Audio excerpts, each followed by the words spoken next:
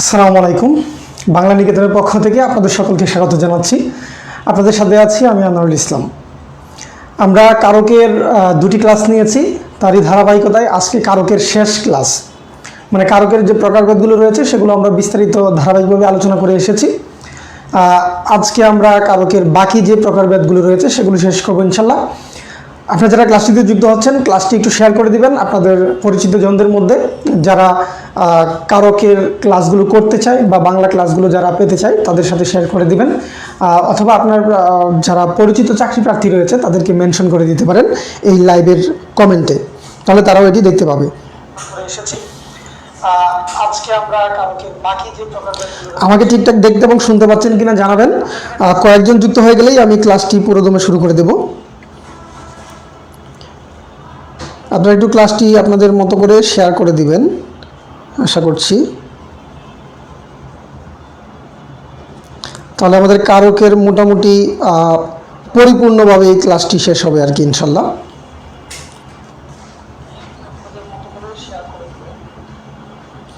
তারপর আমরা কারকের যে কনফিউশনগুলো রয়েছে সেই কনফিউশনগুলো নিয়েও আমরা আলাদা ক্লাস নেব। যেহেতু ক্লাসটি পূর্ব ঘোষিত না, সেজন্য অনেকে হয়তো এখনই জানছেন না ক্লাসটি হচ্ছে। আমি একটু আমার গ্রুপে শেয়ার করে দিচ্ছি।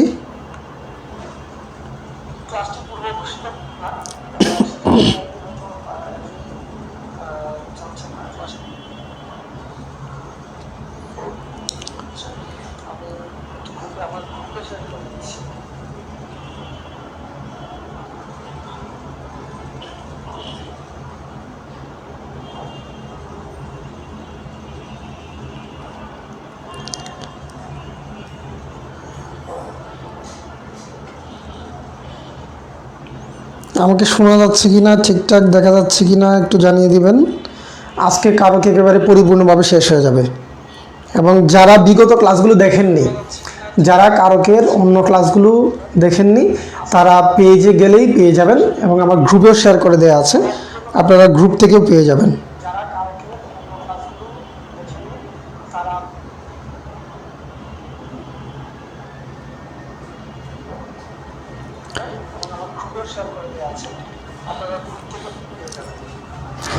কারক থেকে যে কোনো প্রশ্ন থাকলে আপনারা প্রশ্ন করবেন।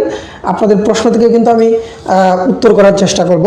যেহেতু কারকের শেষ ক্লাস বলতে আরেকটা ক্লাস তো নিবই, সেটা হচ্ছে কারকের যে সমস্যাগুলো হয়, আমাদের কনফিউশন রয়েছে কিছু, একই ধরনের উদাহরণগুলো আবার বিভিন্ন বইয়ে বিভিন্ন ধরনের উত্তর দেওয়া আছে, সেগুলো আমরা আরেকটা ক্লাসে পরিপূর্ণভাবে দেখব প্রশ্ন সমাধানের মাধ্যমে। আমি কিছু প্রশ্ন সমাধান করব লাইভ, সেটি স্লাইড করেই করাবো স্ক্রিন শেয়ারের মাধ্যমে। সেটি আর সরাসরিভাবে ক্লাস হবে না, কারণ এইভাবে তো আর স্লাইড দেওয়া যায় না। হ্যাঁ, জি ওয়ালাইকুম আসসালাম। জান্নাতুল ফেরদৌস খুবই অ্যাক্টিভ, সবগুলো ক্লাসই করছেন আপনি, ধন্যবাদ আপনাকে। আচ্ছা, আমরা কারক থেকে পড়েছিলাম কি কি? সবগুলোই পড়েছি তাই না? শুধু বাকি আছে আমাদের সম্প্রদান কারক, অধিকরণ কারক, আমাদের বাকি আছে হচ্ছে সম্বন্ধ কারক। হ্যাঁ, অধিকরণের পরিবর্তে এখন কিন্তু আমরা সম্বন্ধ কারক পেয়েছি নতুন করে। আগে সম্বোধন পদ ছিল, আর একটা সম্বোধন পদ। এইগুলো আজকে আমরা পড়া শেষ করব। এগুলো কিন্তু গুরুত্বপূর্ণ। সম্বোধন এবং সম্বন্ধ দুটির মধ্যে কিন্তু পার্থক্য আছে, মোটামুটি ভালোই পার্থক্য আছে। ওকে, আচ্ছা, বিগত ক্লাসগুলোতে আপনাদের কোনো প্রশ্ন আছে কিনা, কোনো কনফিউশন আছে কিনা সেটা কমেন্টে জানাতে পারেন, তাহলে আমি সেখানের কনফিউশনটা আপনাদেরকে আজকে সমাধান করে দেবো আর কি। আচ্ছা, চলুন তাহলে আমরা সম্প্রদান দিয়ে শুরু করি। সম্প্রদান আমরা সবাই জানি, খুবই সহজ একটি প্রকার সম্প্রদান। সম্প্রদান শব্দের মানে কি? সম্প্রদান শব্দের মানে হচ্ছে মালিকানা ত্যাগ করে দান, তাই তো? সম্প্রদান মানে কি? আপনি আপনার সত্ত্ব, মানে মালিকানা সত্ত্ব, আপনার যে কর্তৃত্ব, সেটা আপনি ত্যাগ করে কাউকে কোনো কিছু দিয়ে দিচ্ছেন, এটাকে বলা হচ্ছে সম্প্রদান। এখন একটা কথা হচ্ছে কি এখানে, যে সম্প্রদানটা কি বস্তু নাকি ব্যক্তি? সম্প্রদানটা কি বস্তু হবে নাকি ব্যক্তি হবে? একটু খেয়াল করেন, আমি একটা উদাহরণ দিয়ে নিই আগে। সেটা হচ্ছে কি, ধরেন আমি কি বললাম, ভিক্ষুককে ভিক্ষা দাও। তাহলে আপনি যখন ভিক্ষুককে ভিক্ষা দিচ্ছেন, এই ভিক্ষাটা কি সম্প্রদান কারক নাকি ভিক্ষুককে?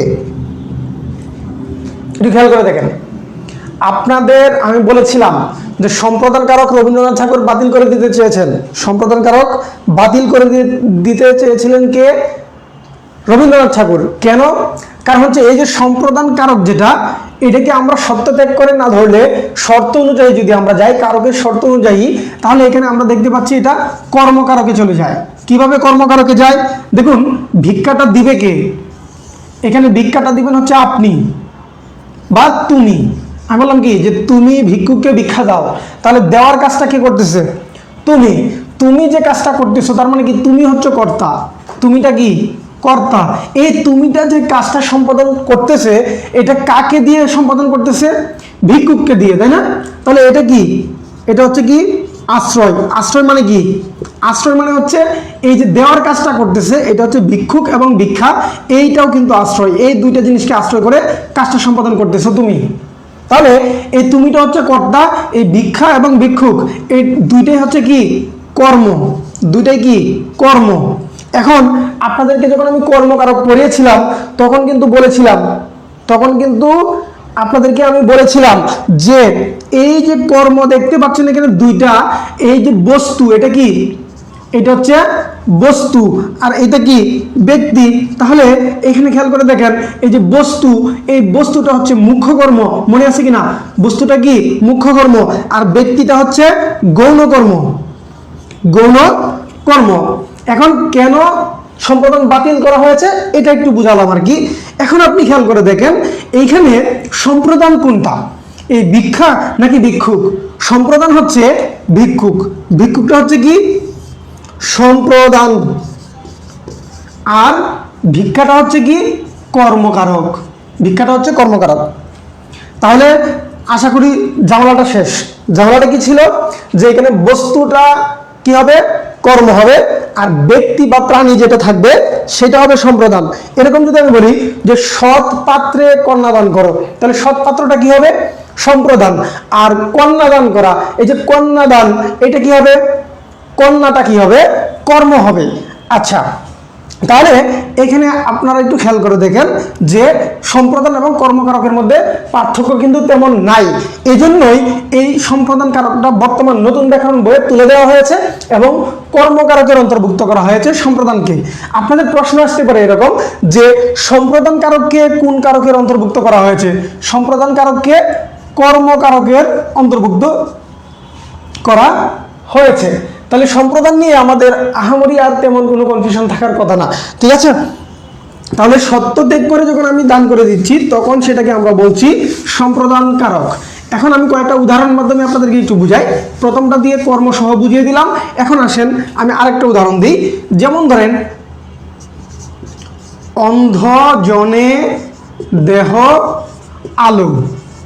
আচ্ছা, এটা কাকে বলছি আমি? অন্ধজনকে আলো দিতে পারে কে?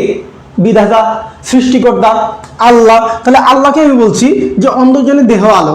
এই দেহ মানে কি? দেওয়া। দেহ মানে কি? দেওয়া। এই দেহ মানে কিন্তু অঙ্গ না, হ্যাঁ, শরীর না।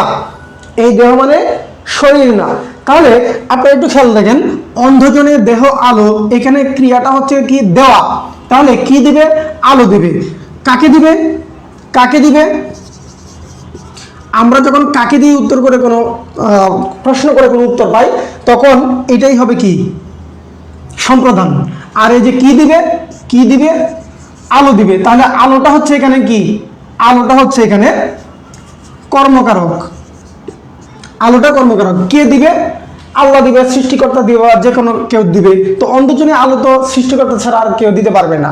ডাক্তার দিতে পারে, কিন্তু সেটা তো একটা উসিলা, তাই না? আচ্ছা, যাই হোক, সেটা আমাদের দেখার বিষয় না। অন্ধজনে দেহ আলো। এখন অন্ধজনে যখন আপনি আলো দিবেন, আবার কি তার আলোটা কি ফেরত নেওয়া হবে? না।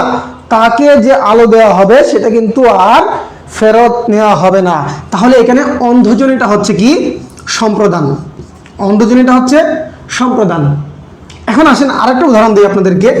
ধূপাকে কাপড় দাও। আচ্ছা, অন্তর্জনী এখানে এ বিভক্তি আছে, সুতরাং এটা হচ্ছে সপ্তমী। ওকে, সপ্তমী।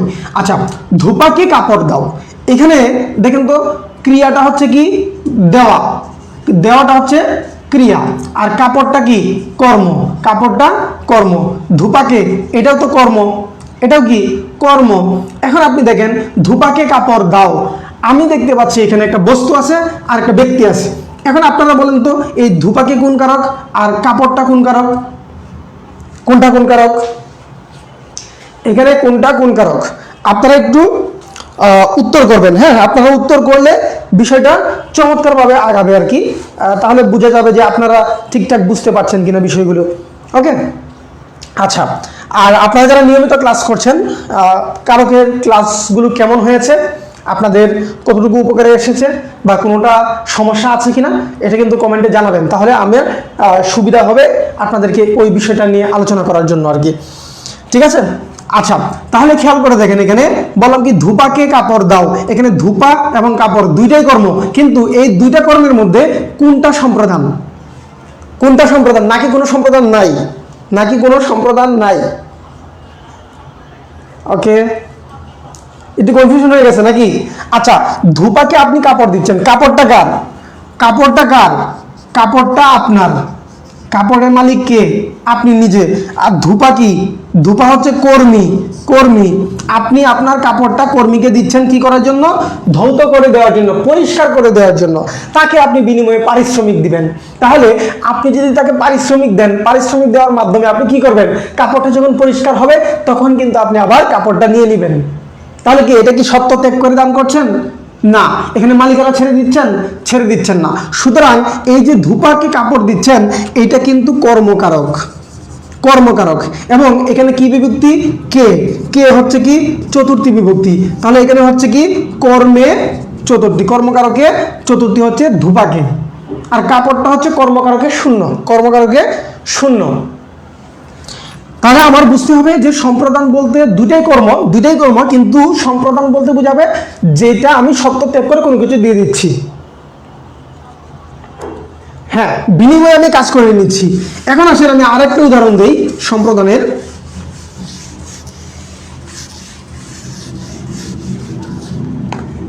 সম্প্রদানে আমরা বেশি সময় নষ্ট করব না, এটাই লাস্ট উদাহরণ। সমিতিতে চাঁদা দাও।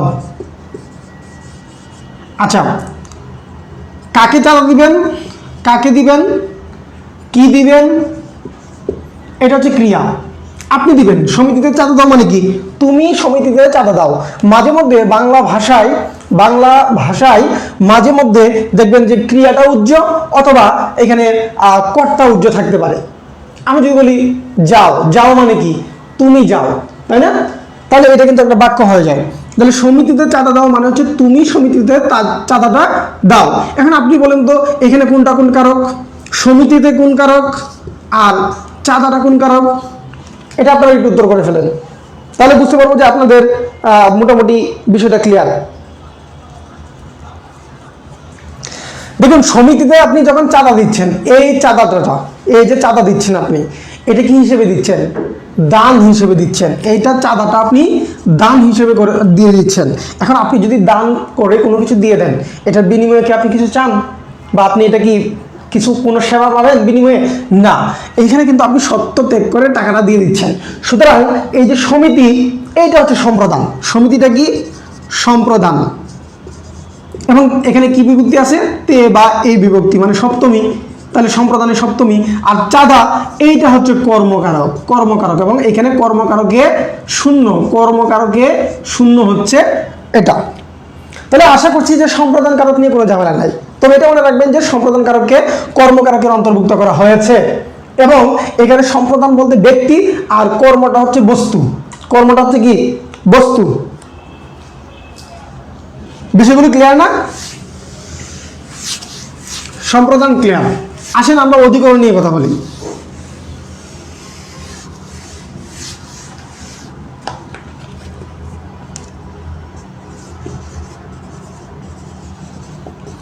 অধিকরণ, এই যে অধিকরণ দেখতে পাচ্ছেন, এই অধিকরণ কারক বলতে কি বুঝি আমরা? অধিকরণ কারক বলতে আমরা বুঝি আধার। এই আধার মানে হচ্ছে কি স্থান, আধার মানে কি স্থান। আরেকটা হচ্ছে কাল, কাল মানে কি সময়। তাহলে যে যে বিশেষ্য বা সর্বনাম দ্বারা, যে বিশেষ্য বা সর্বনাম দ্বারা আপনি সময় অথবা স্থানকে বুঝবেন, সময় অথবা স্থানকে বুঝবেন, সেটা কি হবে? সময় অথবা স্থানকে বুঝলেই আপনি ধরে নেবেন এটা হচ্ছে কি অধিকরণ কারক, সময় এবং স্থান। এখন এখানে আরেকটা ব্যাপার আছে, স্থানটা যদি হয় মাইনাসের, ধরেন আপনি ঢাকা থেকে রাজশাহী যাচ্ছেন, তাহলে ঢাকাও একটা স্থান, রাজশাহী কিন্তু একটা স্থান। এই যে আমি বলছি কি ঢাকা হতে রাজশাহী, আপনি ঢাকা হতে রাজশাহী যাচ্ছেন, ওকে, তাহলে এটাও কি স্থান, আবার এটাও কি স্থান, দুইটাই তো স্থান। তাহলে দুইটাই কি অধিকরণ কারক? না, দুইটাই অধিকরণ কারক না। ঢাকা হতে রাজশাহী আপনি যাচ্ছেন বা ঢাকা থেকে আপনি রাজশাহী যাচ্ছেন, তার মানে কি এইখানে ঢাকা থেকে মাইনাস হচ্ছে, ঢাকা থেকে কি মাইনাস হচ্ছে, আর রাজশাহীতে কি হচ্ছে প্লাস হচ্ছে। তাহলে যেখানে প্লাস হয় বা যেখানে গিয়ে যুক্ত হয়, কোনো কিছু যেখানে গিয়ে গচ্ছিত হয়, পড়ে যায় বা উপস্থিত হয়, পৌঁছে, ওই স্থানটা হচ্ছে অধিকরণ। এটা কি অধিকরণ। আর যেখান থেকে মাইনাস হচ্ছে এইটা হচ্ছে কি অপাদান। এই স্থানটা কি হয়ে যাবে? অপাদান হয়ে যাবে। এবং এখানে হতে থেকেছে পঞ্চমী বিভক্তি, সুতরাং এটা হচ্ছে অপাদানে পঞ্চমী হবে। তাহলে স্থান বুঝালেই অধিকরণ হবে না, স্থান বুঝালেই কি হবে না, স্থান বুঝালেই অধিকরণ হয়ে যাবে না। এখানে একটা জিনিস আমাদের খেয়াল রাখতে হবে, সেটা হচ্ছে কি হ্যাঁ, স্থান বুঝালেই কিন্তু অধিকরণ হবে না। এখানে আমাদের বুঝতে হবে যে কোন জায়গা থেকে যাচ্ছে এবং কোন জায়গায় গিয়ে যুক্ত হচ্ছে, এই জিনিসটাও খেয়াল রাখতে হবে। আচ্ছা, তাহলে আমরা প্রাথমিকভাবে দেখলাম যে যদি আমরা দেখি কোনো বিশেষ্য বা সর্বনাম স্থান এবং সময় বুঝায়, তাহলে আমরা কি করতে পারি? সেটাকে অধিকরণ কারক বলতে পারি। স্থানকে প্রশ্ন করা যায় কোথায় দিয়ে, আর সময়কে প্রশ্ন করা যায় কখন দিয়ে, তাই তো? আচ্ছা, এই দুটো জিনিস আপনারা একটু খেয়াল রাখবেন। এখন অধিকরণের এত সহজ প্রশ্ন আসে না, অধিকরণের এত সহজ প্রশ্ন কিন্তু আসে না। যেমন ধরেন প্রশ্ন আসলো কি যে আমার জন্ম নেত্রকোনায়, কারণ নেত্রকোনাতে একটা স্থান, এটা তো ইজিলি বোঝা যাচ্ছে। একটু ব্যতিক্রম প্রশ্ন আসবে, ব্যতিক্রম কোন ধরনের প্রশ্নগুলো আসে সেগুলো আমরা আলোচনায় আনবো। তো এই অধিকরণ কারকটা কত প্রকার? অধিকরণ কারকের কিছু প্রকার রয়েছে, অধিকরণের কিছু প্রকার রয়েছে। তার মধ্যে অধিকরণের একটা প্রকার হচ্ছে কালাধিকরণ, কালাধিকরণ। আচ্ছা, কালাধিকরণ মানে কি? কালাধিকরণ মানে হচ্ছে সময় বুঝাবে। কি বুঝাবে? সময় বুঝাবে। কাল শব্দের অর্থ কি? সময়। আমরা এটা আগেও পড়েছি এবং কিছুক্ষণ আগে লিখেছি আমরা যে এটা হচ্ছে সময় বুঝাবে। যেমন ধরেন আমি যদি বলি দেন শুক্রবার বিদ্যালয় বন্ধ থাকে। শুক্রবারে, হ্যাঁ, শুক্রবার বিদ্যালয় বন্ধ থাকে। এখানে দুইটা জিনিস আছে, একটা হচ্ছে শুক্রবার আর একটা হচ্ছে বিদ্যালয়। আবার দিলাম বসন্তে, বসন্তে কোকিল ডাকে। ঠিক আছে, এখানে কোকিল আর হচ্ছে বসন্ত। একটু খেয়াল করে দেখেন, শুক্রবার বিদ্যালয় বন্ধ থাকে আর বসন্তে কোকিল ডাকে। আপনারা একটু খেয়াল করে দেখেন তো, এখানে শুক্রবার এবং বিদ্যালয় এই দুইটা জিনিস দ্বারা কি বোঝাচ্ছে? এটা দ্বারা সময় বোঝাচ্ছে, আবার এটা দ্বারা কি বোঝাচ্ছে? স্থান বোঝাচ্ছে, স্থান বোঝাচ্ছে। বিদ্যালয় কি? একটা প্রতিষ্ঠান। আচ্ছা, বসন্তে কোকিল ডাকে, এখানে বসন্তটা কি? একটা ঋতু। ঋতু যদি হয় তাহলে ঋতু তো কি হয়? সময় বোঝায়, তাই না? সময়টা এখন কোন কাল? বর্ষাকাল, তাই না? তাহলে এটা আমরা বুঝতে পারছি যে ঋতু হলেও সময় বোঝায়। আর কোকিল এটা হচ্ছে একটা কি? প্রাণী, এবং ডাকাডাকির কাজটা কে করে? কোকিল। তাহলে সে কি এখানে? কর্তা। তার মানে এখানে সে কোকিল হচ্ছে কি? কর্তৃকারক। কোকিল হচ্ছে কি? কর্তৃকারক। এখন উপরের যে দুইটা জায়গা, এখানে হচ্ছে সময় আর একটা হচ্ছে স্থান, আর এখানে হচ্ছে ঋতু। তাহলে আপনারা বলুন তো এখানে কালাধিকরণ কোনটা? আমি কর্তৃকারকটা বলে দিয়েছি, বাকি যে তিনটা আছে এই তিনটার মধ্যে কালাধিকরণ কোনটা? বাকি তিনটার মধ্যে কালাধিকরণ কোনটা? আচ্ছা, শুক্রবার আর বসন্ত হচ্ছে আধার বা সময়, আধার বা স্থান। হ্যাঁ, ওকে। আরো দু একজন একটু উত্তর করেন, আরো দু একজনের উত্তর দেখি আমরা। শুক্রবার অধিকরণ, শুক্রবার অধিকরণ, বিদ্যালয় কর্ম।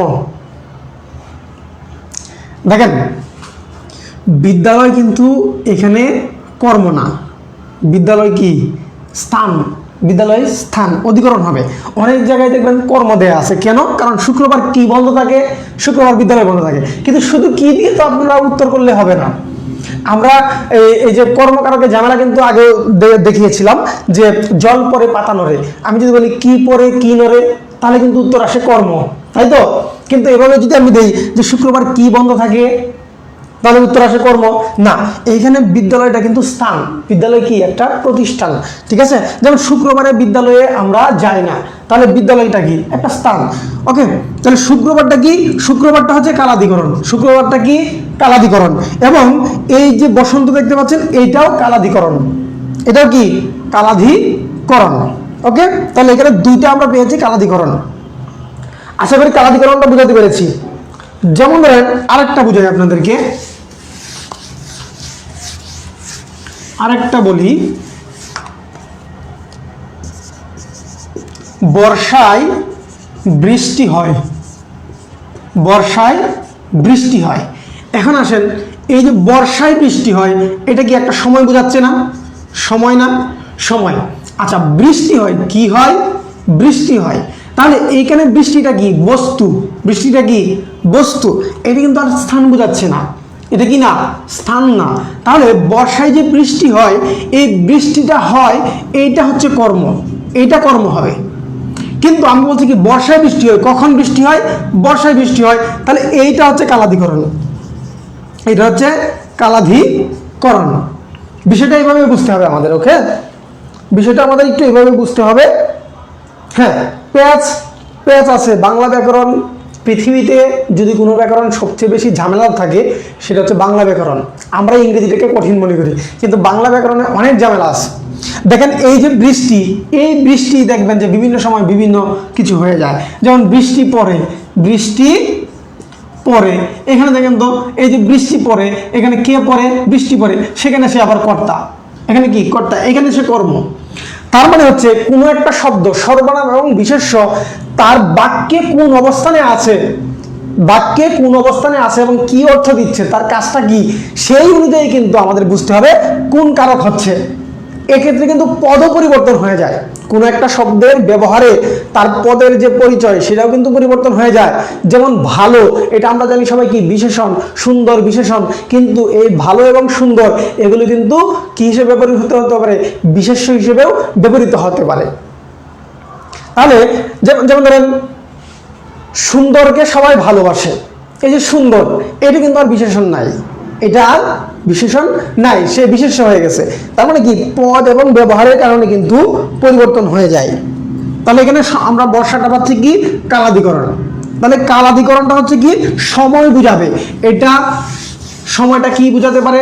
আমরা বর্ষার ঋতু দিয়ে দেখলাম, তারপর হচ্ছে আমরা বার দিয়ে দেখলাম, বার, বার, ঋতু, তারপরে হচ্ছে কি সময়, মাস, এগুলো সব কালাধিকরণ হবে, এগুলো সব কি হবে? কালাধিকরণ হবে। যেমন ধরেন আমি 9টায় স্কুলে যাই, কয়টার সময় যাই, কখন যাই? 9টায়। এই যে 9টার সময় স্কুলে যাই, এই 9টা হচ্ছে কি সময়। ডিসেম্বরে বেশি শীত পড়ে, ডিসেম্বরে বেশি শীত পড়ে, তাহলে ডিসেম্বরটা কি একটা মাস। বৈশাখে আমরা মেলায় যাই, এই যে বৈশাখ কি একটা মাস। তাহলে মাস, বার, ঋতু, সময় এগুলো সব হচ্ছে কি হবে? কালাধিকরণ হবে, সবই কালাধিকরণ। তারপরে আমরা দেখি আরেকটা, এটা হচ্ছে কি আধারাধিকরণ, তাই না? আধার মানে কি স্থান, তাহলে আধারাধিকরণ যেটা আমরা পাই সেটা হচ্ছে কি সময়। হ্যাঁ, বাংলাটা আসলে একটু কঠিন। হ্যাঁ, আধারাধিকরণ বাংলাটা আসলে একটু কঠিন, তবে বুঝতে পারলে এতটা কঠিনও না। যত বেশি চর্চা করবেন বিষয়টা নিয়ে তত সহজ লাগবে। আচ্ছা, আধারাধিকরণ, আধারাধিকরণ, আধার শব্দের অর্থ কি? এটার উপরে চন্দ্রবিন্দু দিলে কিন্তু অর্থ পরিবর্তন হয়ে যাবে, চন্দ্রবিন্দু দেওয়া যাবে না। আধার মানে হচ্ছে স্থান, চন্দ্রবিন্দু দিলে অন্ধকার হয়ে যাবে। আচ্ছা, আধার মানে হচ্ছে কি স্থান, তাহলে স্থান বুঝাইলে কি হবে? আধারাদিকরণ হবে। এখন স্থান তো বিভিন্নভাবে বুঝাইতে পারে, স্থানটা কি বিভিন্নভাবে বুঝাইতে পারে। আমি এখানে স্থান লিখলাম, এটার আরো প্রকার আছে। হ্যাঁ, এই আধারাদিকরণের মধ্যে কি আছে? ঐকদেশিক। ঐকদেশিক ঐকদেশিক মানেটা কি? আধারাদিকরণ স্থান বুঝাবে। যেমন আমি স্কুলে যাই, আমি যে স্কুলে যাচ্ছি, স্কুলটা হচ্ছে কি? এটা হচ্ছে আধারাদিকরণ। এখন এখানে দেখেন না, এখানে শীত নাই, ঢাকায় মারাত্মক গরম। এখন পর্যন্ত শীতের কাপড় লাগে না। তারপরে হচ্ছে আপনার এখনো রাতে ফ্যান ছেড়ে ঘুমাইতে হয়। হ্যাঁ, ঢাকায় থাকার এই মজা। এতে একটা অসুবিধা হয়। এতে যে অসুবিধাটা হয় সেটা হচ্ছে, আমি যখন শীতের সময় বাড়িতে যাই, গ্রামে যাই, তখন কি করি? ধরেন এই যে এখন যে একটা টি শার্ট পরে আছি, এটা পরে আমি চলে গেলাম। আমার এরকম বহুবার হয়েছে যে আমি শীতের কাপড় না নিয়ে শুধু টি শার্ট পরে, মানে ঢাকার আবহাওয়া অনুযায়ী চলে গেছি।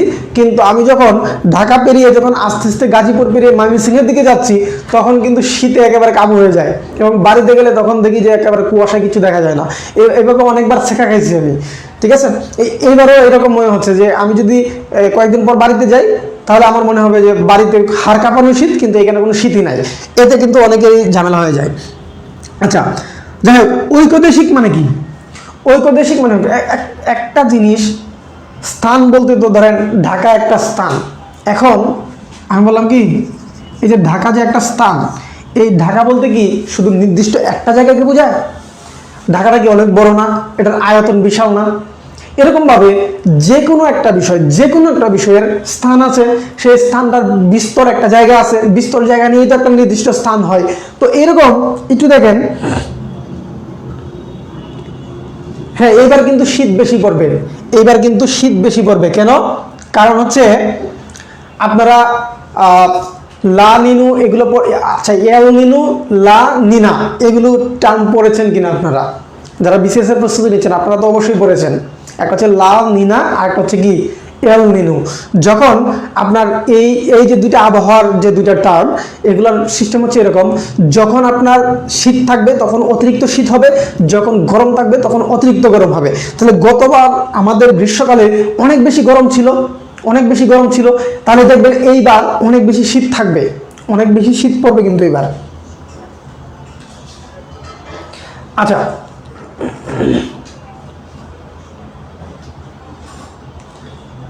মাথার উপর দিয়ে গেল, আপনারা একটু দেখে নিন। লা নিনা আর একটা হচ্ছে এল নিনু, লা নিনা আর একটা হচ্ছে এল নিনু।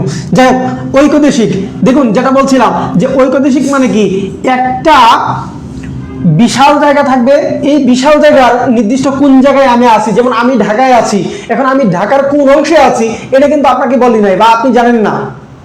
তাহলে এইটা হচ্ছে ঐকদেশিক। যেমন ধরেন আকাশে চাঁদ উঠেছে, আকাশে কি উঠলো? চাঁদ উঠছে। এখন আপনি বলেন তো, এই যে আকাশে যে চাঁদ উঠছে, আগে পড়তেন গরু, এখন গরু হয়ে গেছে, তাই না? আচ্ছা আচ্ছা, বানানের উপর একটা ক্লাস আছে, কিন্তু আমরা আবার আর একটা ক্লাস নিতে পারি, সমস্যা নাই। আচ্ছা, এখন দেখেন আকাশে যে চাঁদ উঠছে, আকাশের কোন অংশে চাঁদ উঠছে আমরা কি জানি? না, যে কোনো একটা অংশে চাঁদটা যে কোনো একটা অংশে উঠছে, মানে তার জায়গাটা যে কোনো একটা জায়গায়। তারপরে যেমন ধরেন দুয়ারে হাতি বাঁধা।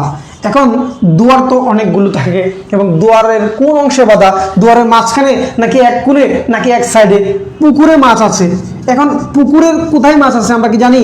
পুকুরে মাছ আছে। তাহলে দেখেন তো কি বললাম, যেমন ধরেন এই যে জায়গাগুলো, আকাশ একটা জায়গা, দুয়ার একটা জায়গা, পুকুর একটা জায়গা, এই জায়গাগুলোতে ঠিক কোন অংশে আছে সেটা জানি না, কিন্তু নির্দিষ্ট একটা অংশে আছে। কারণ হচ্ছে হাতি তো একটা, তো এই হাতিটা কোন জায়গায় বাঁধা এটা কিন্তু আমরা জানি না, এটা আমরা জানি না। আবার চাঁদ তো একটাই, তাহলে চাঁদটা নির্দিষ্ট একটা অংশে আছে। আবার পুকুরে মাছ আছে। এখন পুকুরের সমস্ত জায়গায় পানি থাকে, পুকুরের সমস্ত জায়গায় কি পানি আছে, কিন্তু সমস্ত জায়গায় কি মাছ আছে? না, কোনো জায়গায় মাছ কম, কোনো জায়গায় বেশি, কোনো জায়গায় মাছই নাই। পুকুরের একটা নির্দিষ্ট অংশে মাছ থাকে। তাহলে এটা হচ্ছে কি ঐকদেশিক। তাহলে ঐকদেশিকটা কি বোঝা গেল? ঐকদেশিক আশা করি ঐকদেশিকটা আপনারা বুঝতে পেরেছেন, ঐকদেশিক নিয়ে ঝামেলা হবে না। তাহলে আকাশে এখানে এ বিভক্তি আছে, দুয়ারে এ বিভক্তি, এখানে পুকুরে এ বিভক্তি, সুতরাং এগুলো সবগুলো হচ্ছে কি সপ্তমী, ঐকদেশিক অধিকরণ এবং সপ্তমী বিভক্তি এখানে ব্যবহার করা হয়েছে। হ্যাঁ, বাগানে ফুল ফুটেছে, এখন বাগানের কোন অংশে কোন গাছটায় ফুল ফুটছে এটা কিন্তু আমরা নির্দিষ্ট করে বলি নাই। আচ্ছা, তারপরে আসেন আমরা দেখি অভিভাবক, এটার বিপরীতটা, এটার বিপরীতটা কি অভিভাবক।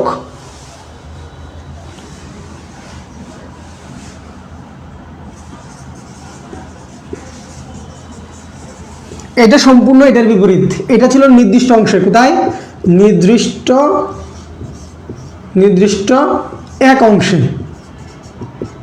আচ্ছা, আর এইটা হচ্ছে সবটুকু মিলিয়ে, সবটুকুতে, সবটুকুতে, হ্যাঁ সবটা জায়গাতেই। যেমন আমি যদি বলি পুকুরে পানি আছে, পুকুরে পানি আছে, এখন পুকুরে তো সবটা জায়গায় জুড়েই পানি থাকে, পুকুর যতটুকু জায়গা ঠিক ততটুকুতে গিয়ে পানিটা থাকে, তাহলে এটা কিন্তু সবটুকু মিলিয়ে। এরকম ধরেন আমি যদি বলি যে তিলে তিলে তেল আছে, আচ্ছা তিলে যে তেল আছে, তিলের কি নির্দিষ্ট এক অংশে তেল থাকে নাকি তিলের পুরোটা জায়গা জুড়েই তেল থাকে? তিলের পুরোটা জায়গা জুড়েই তেল আছে। এরকম ধরেন আমি যদি বলি যে কমলায় রস আছে,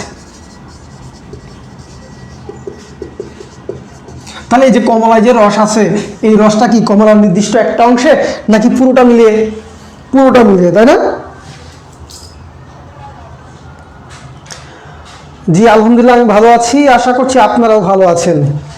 আজকে নতুন নতুন অনেকেই যুক্ত হচ্ছেন, ধন্যবাদ আপনাদেরকে। নিয়মিতই ক্লাস হচ্ছে, আপনারা সব সময় যুক্ত হবেন। হ্যাঁ, সমগ্র অংশ জুড়ে, সমগ্র অংশ জুড়ে মানে সমস্তটুকু জুড়েই এখানে কি থাকবে? একটা উপাদান থাকবে।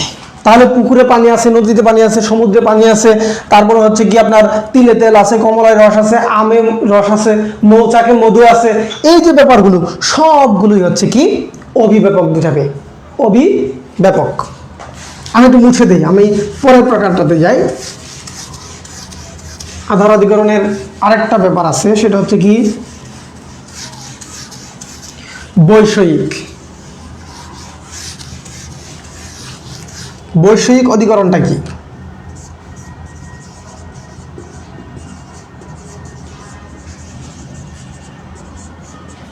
এই বৈষয়িক অধিকরণটা হচ্ছে কোনো একটা নির্দিষ্ট বিষয়ে কারো দক্ষতা বা সক্ষমতা অথবা দুর্বলতা এরকম যদি থাকে বিশেষ কোনো বিষয়ে। যেমন ধরেন আমি যদি বলি যে আমি ব্যাকরণে কাঁচা, আমি ব্যাকরণে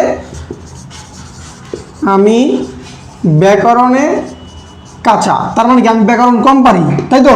তাহলে এই যে আমি যে ব্যাকরণে কাঁচা, এই ব্যাকরণটা হচ্ছে বৈষয়িক অধিকরণ, এখানে আমার দুর্বলতা, তাই তো? আমি যদি বলি আমি অঙ্কে পণ্ডিত, তাহলে আমি যদি অঙ্কে পণ্ডিত হই, এটা কি আমার সক্ষমতা বা দক্ষতা? সুতরাং এই যে অঙ্কটা, এটা হচ্ছে কি অধিকরণ কারক এবং এটা বৈষয়িক অধিকরণ কারক। এরকমভাবে বৈষয়িক অধিকরণ কারকগুলো হয়। একটু আপনারা দেখেন তো ঠিক আছে কিনা, বৈষয়িক অধিকরণ আপনাদের কোনো অসুবিধা আছে কিনা?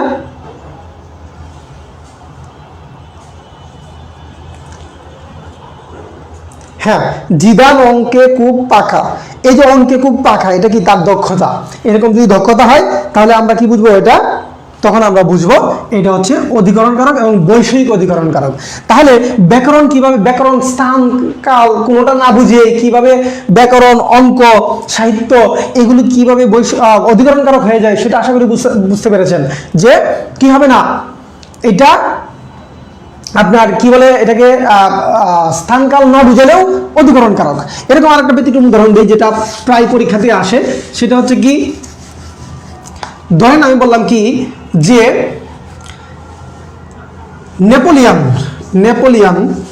নেপোলিয়ান যুদ্ধে অপরাজয় মানে কি সে এখানে অনেক বেশি দক্ষ, সে কখনোই পরাজয় হয় না, তার কোনো পরাজয় নাই। তাহলে এখানে কি অপরাজয় বলতে কি দক্ষ বোঝাচ্ছে, তার সক্ষমতা বোঝাচ্ছে, কোথায়? যুদ্ধে। তাহলে এটাও কিন্তু বৈষয়িক অধিকরণ, এটাও কি বৈষয়িক অধিকরণ। বৈষয়িক মানে হচ্ছে কি নির্দিষ্ট একটা বিষয়ে। আচ্ছা, ক্লাস করেছেন না? হ্যাঁ, আজকে প্রথম দেখলাম আপনাকে আজকেই প্রথম দেখলাম।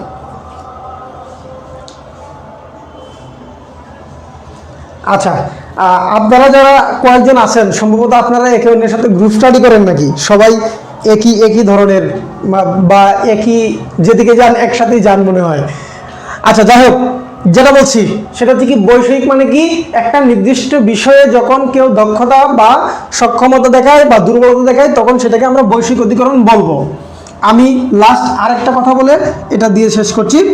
আজান হয়ে যাচ্ছে, সম্বন্ধ পড়টা আজকেই শেষ করব। আমার পাশের মসজিদে যখন আজান হবে তখন 2 মিনিটের ব্রেক দিব।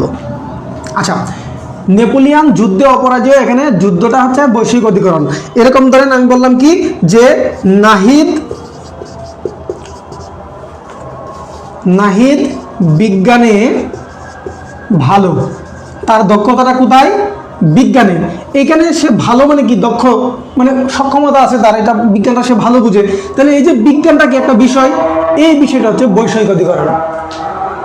আমার পাশের মসজিদে আজান শুরু হয়ে গেছে, জাস্ট আজানের সময়টুকু আমি নিচ্ছি। এর মধ্যে আপনাদের যদি কোনো কমেন্ট করার মতো থাকে বা কোনো কিছু জিজ্ঞাসা থাকে সেটা আপনারা একটু কমেন্টে লিখবেন, আমি কমেন্ট থেকে আপনাদের পরবর্তীতে উত্তরটা করব। আজানটা শেষ হোক, আমরা আজানের জন্য একটু বিরতি নিচ্ছি, 2 মিনিট জাস্ট।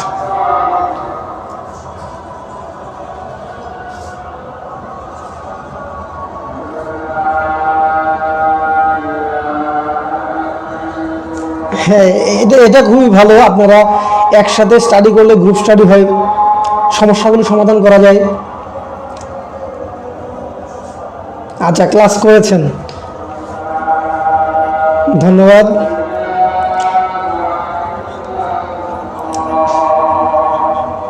আসলে যে কোনো বিষয় পড়াতে গেলে যদি আপনাদের একটা বুঝিয়ে পড়ানো যায়, আপনারা যদি সেটা বুঝতে পারেন তাহলে সেটা সার্থক হয় আর কি।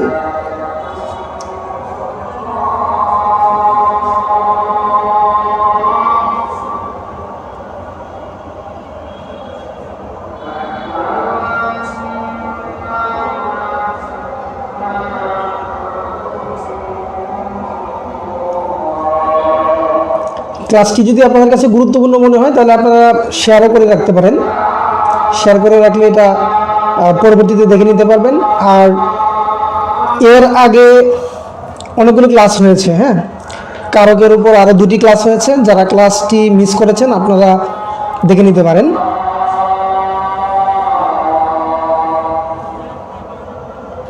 নোটিফিকেশনটা আসলে অনেক সময় যায় না ঠিকঠাক, অনেক সময় নোটিফিকেশনটা ঠিকঠাক যায় না। উপসর্গের উপর ক্লাস, আচ্ছা হ্যাঁ, উপসর্গের উপর ক্লাস নেব। আচ্ছা, সবাইকে আসতে বলেছেন না? ধন্যবাদ আপনাকে, বনলতা সেন, ধন্যবাদ আপনাকে। উপসর্গের উপর ক্লাস নিব। শব্দের ক্লাস, হাসি মধুর শব্দের ক্লাস নিয়েছি। আপনি পেজে একটু গেলেই ভিডিওতে ক্লিক করলেই পেয়ে যাবেন। শব্দের উপর আমরা ক্লাস করেছি, শব্দের শ্রেণীবিভাগ। ধ্বনি পরিবর্তনের ক্লাস করেছি, সমাসের ক্লাসও হয়েছে। তবে সমাসের ক্লাসে আমরা দ্বন্দ্ব এবং কর্মধারয় সমাস পড়েছি, বাকি প্রকারগুলো আবার আসবে ধারাবাহিকভাবে। সমাসের ক্লাস পরিপূর্ণভাবেই হবে, আমরা কারক যেভাবে পরিপূর্ণভাবে করছি সেটাই করব।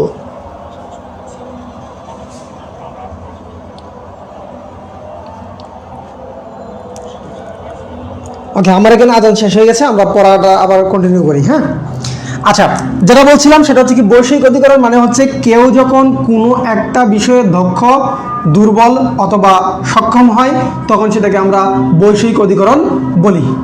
তাহলে অধিকরণ কারক কিন্তু আমাদের শেষ, এবং অধিকরণ কারকের একটা ব্যতিক্রম উদাহরণ আসে। দেখেন, আরেকটা প্রকার আছে, শেষ না, আরও আছে। হ্যাঁ, ভাবাধিকরণ।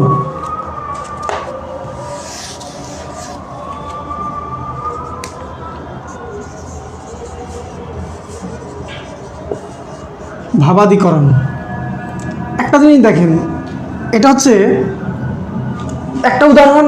অনেক অভিজ্ঞ শিক্ষকরাও আমি দেখি যে একটু ভুল দেয়। ধ্বনি পরিবর্তন ক্লাস হয়েছে না, আমার কোনো বাংলা বই নাই, আমার কোনো বাংলা বই নাই। আপনারা বাংলার জন্য অগ্রদূত পড়তে পারেন, MP3 পড়তে পারেন, অভিযাত্রী আছে পড়তে পারেন, হ্যাঁ, তারপরে হচ্ছে সৌমিত্র শেখরের বইটা পড়তে পারেন। যে কোনো একটা বই নিয়ে পড়া শুরু করেন আর কি। আমার বই আসবে, আমি একটা ব্যতিক্রম বই করার চিন্তা ভাবনা করেছি। যদি সময় সুযোগ সব কিছু মিলে যায় তাহলে একটা বই আমার করার চিন্তা ভাবনা আছে, একটু ব্যতিক্রমভাবে। গতানুগতিক যেরকম বাজারে বই আছে এরকম না। আমি হচ্ছে ধ্বনি পরিবর্তনের ক্লাস হয়েছে, হ্যাঁ, পদের ক্লাস নিব, আমরা পদের উপর ক্লাস নিব। ধ্বনি পরিবর্তন ক্লাস হয়েছে, তবে ধ্বনি পরিবর্তনের যে ক্লাসটা হয়েছিল সেখানে সাউন্ড সমস্যা ছিল, সেজন্য ধ্বনি পরিবর্তনের ক্লাসটা আবার নিব, ধ্বনি পরিবর্তনের ক্লাসটা আবার নিব। আচ্ছা, আমার বইয়ের যে পরিকল্পনাটা সেটা হচ্ছে আমি বিগত সালের যে প্রশ্নগুলো আছে, প্রত্যেকটা টপিকের যে প্রশ্নগুলো আছে সেই প্রশ্নগুলো এনে কোন কোন টপিক থেকে এসেছে এবং সেই টপিকগুলো কেন গুরুত্বপূর্ণ, এই যাবতীয় বিষয়গুলো গুছিয়ে একটা আলাদা ব্যতিক্রম বই করার চেষ্টা করব। অনেকটা হচ্ছে জব সলিউশন টাইপের মতো বইটা হবে, তবে সেখানে বিস্তর আলোচনা থাকবে। একদম আমি ক্লাসে যেভাবে আপনাদেরকে পড়াই ঠিক ওই রকমভাবে আমি সেখানে বর্ণনা করার চেষ্টা করব এবং এটা আমার হ্যাঁ এতে থাকবে। আচ্ছা, হ্যাঁ, অগ্রদূতটা ভালো, অগ্রদূতটা যথেষ্ট ইনফরমেশন দেয়া।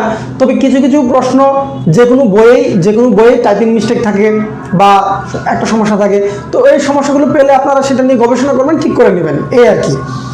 আচ্ছা, ভাবাদিকরণে আমি আপনাদেরকে একটা কথা বলি, সেটা হচ্ছে কি, সেটা হচ্ছে একটা উদাহরণ সবচেয়ে ভুল করে সবাই, সেটা কি,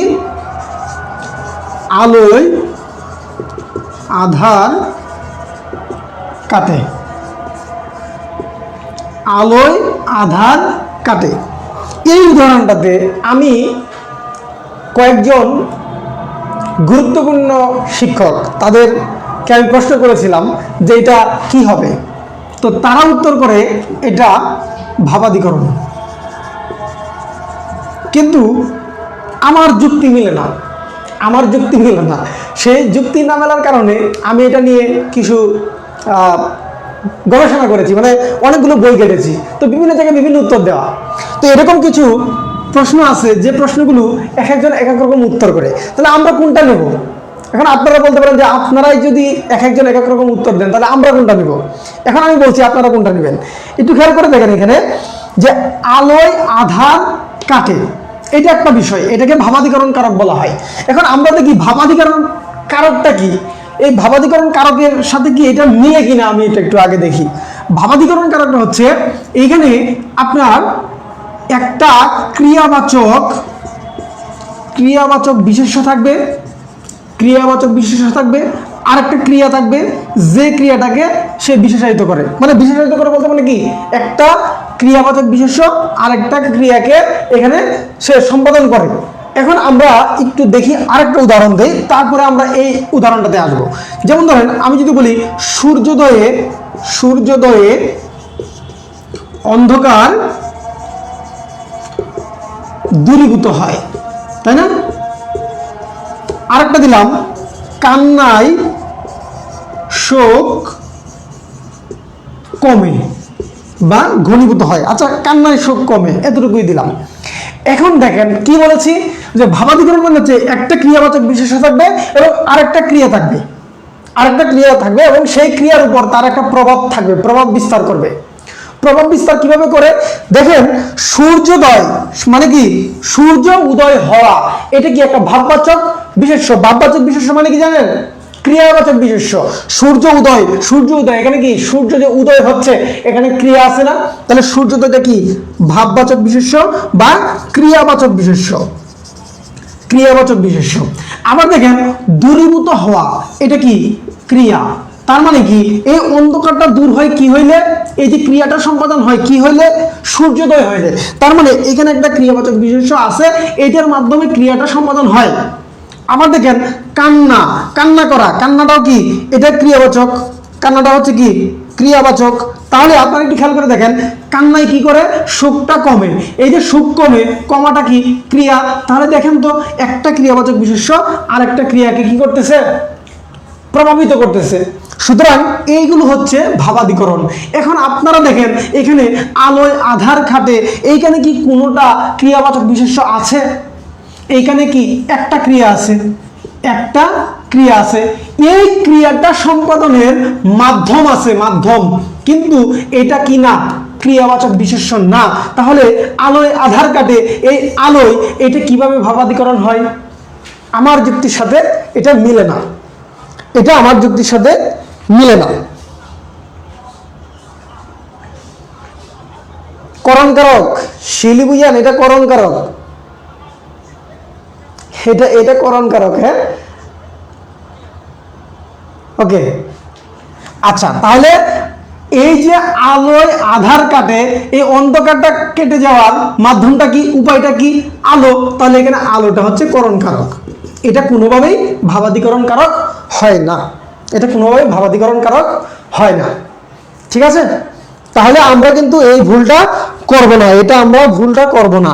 এখানে ভাবাদিকরণ মানেই হচ্ছে ক্রিয়াবাচক বিশেষ্য থাকবে, অর্থাৎ ক্রিয়াবাচক যে বিশেষ্য এটার নামই কিন্তু ভাববাচক বিশেষ্য, ভাববাচক বিশেষ্য। ওকে, আশা করি এই ঝামেলাটা আপনাদের ক্লিয়ার হয়েছে। ঝামেলা আছে আর কোনো? ঝামেলা থাকলে বলতে পারেন। হ্যাঁ, আলোয় করণকারক, আলোয় করণকারক, আলোয় হচ্ছে করণকারক। কারণ এখানে আধার যে কাটছে একটা ক্রিয়া, এই ক্রিয়াটা সম্পাদন হচ্ছে কিসের দ্বারা? আধারটা কেটে যাচ্ছে কিসের মাধ্যমে? আলোর মাধ্যমে। যখন আমি আলোটা দিচ্ছি আধারটা কেটে যাচ্ছে, সুতরাং আলোটা হচ্ছে করণকারক, একটা ক্রিয়া সম্পাদনের উপায় বা মাধ্যম। তাহলে এটা কিন্তু ভাবাদিকরণ কারক কখনোই হবে না, কোনোভাবেই হবে না। যদি কেউ দেয় তাহলে এটা সে জোর করে চাপিয়ে দিবে, তাই না? এখন ব্যাকরণ একটা বাক্য, তার তো আর কোনো প্রতিবাদ করার ভাষা নাই, সে এটা মেনেই নিবে, সেও মেনে নিবে। ঠিক আছে, কিন্তু আমরা এটা মেনে নেব না, এটা হচ্ছে করণকারক, এটা ভাবাদিকরণ না। ভাবাদিকরণ হইতে হলেই কি হইতে হবে? সেখানে ক্রিয়াবাচক বিশেষ্য থাকতে হবে এবং তার দ্বারা প্রভাবিত একটা ক্রিয়া সংগঠিত হইতে হবে। আশা করি ব্যাপারটা ক্লিয়ার। আমি এই ধরনের যে কনফিউশনগুলো পাই সেগুলো আমি নিয়ে অনেক টিচারের ব্যাখ্যা বিশ্লেষণ দেখি, তারপর আমি হচ্ছে আমাদের মৌলিক যে বইগুলো, ব্যাকরণ বইগুলো আছে সেগুলো দেখি, সেগুলো দেখার পর তারপর হচ্ছে আরও যারা বিভিন্ন ধরনের আর্টিকেল প্রকাশ করেন, গবেষণা করেন, তাদেরগুলো একটু ঘেটে ঘুটে দেখি, দেখার পর আমি একটা সিদ্ধান্তে যাই।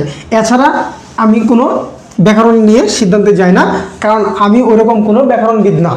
হ্যাঁ, তবে এই ব্যাপারগুলো কিন্তু আমাদের মনে রাখতে হবে।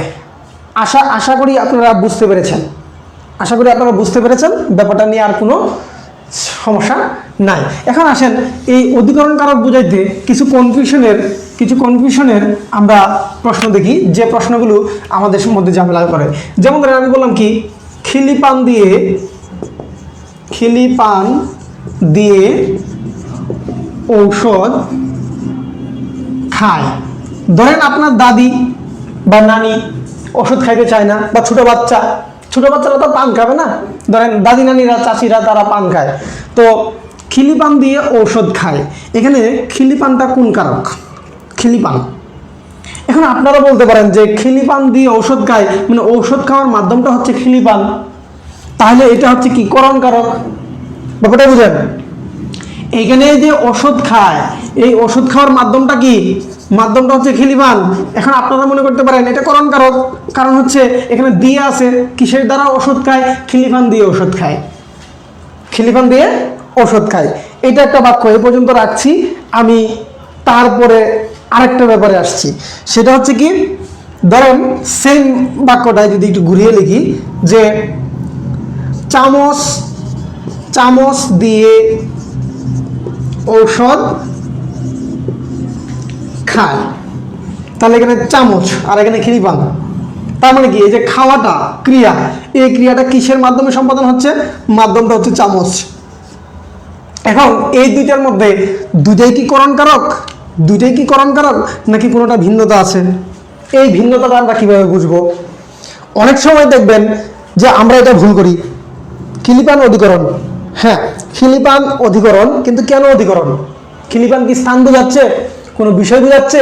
খিলিপান কি কোনো সময় বোঝাচ্ছে, কি এরকম কিছু বোঝাচ্ছে? চামচটা করণ কারক, কারণ হচ্ছে এখানে আপনার বুঝতে হবে একটা জিনিস, সেটা হচ্ছে আপনি যখন চামচ দিয়ে ওষুধ খাচ্ছেন, আপনি কিন্তু চামচটা খাচ্ছেন না, চামচটা রেখে দিচ্ছেন। রেখে দিচ্ছেন, তাই না? চামচ দিয়ে ওষুধটা খাওয়ার পর আপনি মুখ দিয়ে ওষুধটা খাইলেন, ওষুধটা খাওয়ার পর চামচটা রেখে দিচ্ছেন, অর্থাৎ আপনি যে ওষুধটা খাচ্ছেন সেটার উপকরণ বা যন্ত্র হচ্ছে কি চামচ। আপনি যখন গ্লাস দিয়ে পানি খান, পানিটা আপনি খেয়ে ফেলছেন, গ্লাসটা খাচ্ছেন না, গ্লাসটা রেখে যাচ্ছে, গ্লাসটা হচ্ছে কি উপকরণ, এটা হচ্ছে করণ কারক। কিন্তু খিলিপান দিয়ে যখন ঔষধ খাচ্ছেন, এই খিলিপান সহ আপনি খেয়ে ফেলছেন, তার মানে কি ঔষধটা আছে কোথায়? খিলিপানের ভেতরে, খিলিপানের ভিতরে আছে ঔষধটা। আপনারা দেখেছেন কিনা গ্রামে যারা থাকেন, গরু ছাগলকে যখন ট্যাবলেট খাওয়ানো হয় তখন কলা পাতার ভিতরে দিয়ে ট্যাবলেটটা খাওয়ানো হয়, তাই না? কলা পাতার ভেতরে দেয় গরু ছাগলের যে ট্যাবলেট, একটু বড় ট্যাবলেট, এটা কলা পাতার ভিতরে দিয়ে একটু হালকা ছেঁচে দেয়, তারপর কলা পাতা সহ ওষুধটা কে খায়? গরু। কেন? কারণ হচ্ছে কলা পাতাটা তার প্রিয় খাবার, সে ওষুধটা দেখে না, সেজন্য খেয়ে ফেলে। তাহলে আপনি খেয়াল করে দেখেন, হ্যাঁ, খিলিপানের ভেতরে দিয়ে ওষুধ খাওয়া একটা স্থান বুঝাচ্ছে, তাই অধিকরণ। চমৎকার, ওকে, আপনারা তো অনেক ভালো বুঝেন, হ্যাঁ। তাহলে কলা পাতার ভেতরে যে আমি ওষুধটা দিচ্ছি, গরু কলা পাতা সহ ভেতরের ওষুধটা খেয়ে ফেলছে। সুতরাং এই যে কলা পাতা দিয়ে গরুকে ওষুধ খাওয়ানো, এইটা আর খিলিপান দিয়ে ওষুধ খাওয়া একই জিনিস। তাহলে এটা হচ্ছে কি ওষুধটা খিলিপানের ভেতরে, সুতরাং এইটা হচ্ছে অধিকরণ কারক, এটা করণ কারক হবে না, এটা কি হয়ে যাবে? অধিকরণ হয়ে যাবে। আর এটা হচ্ছে কি যন্ত্র, এটাতে রেখে দিচ্ছি, সুতরাং এটা হচ্ছে করণ কারক। তাহলে এখানে আর কনফিউশন হওয়ার কিছু আছে? এখানে আশা করি কনফিউশন হওয়ার কিছু আর নাই।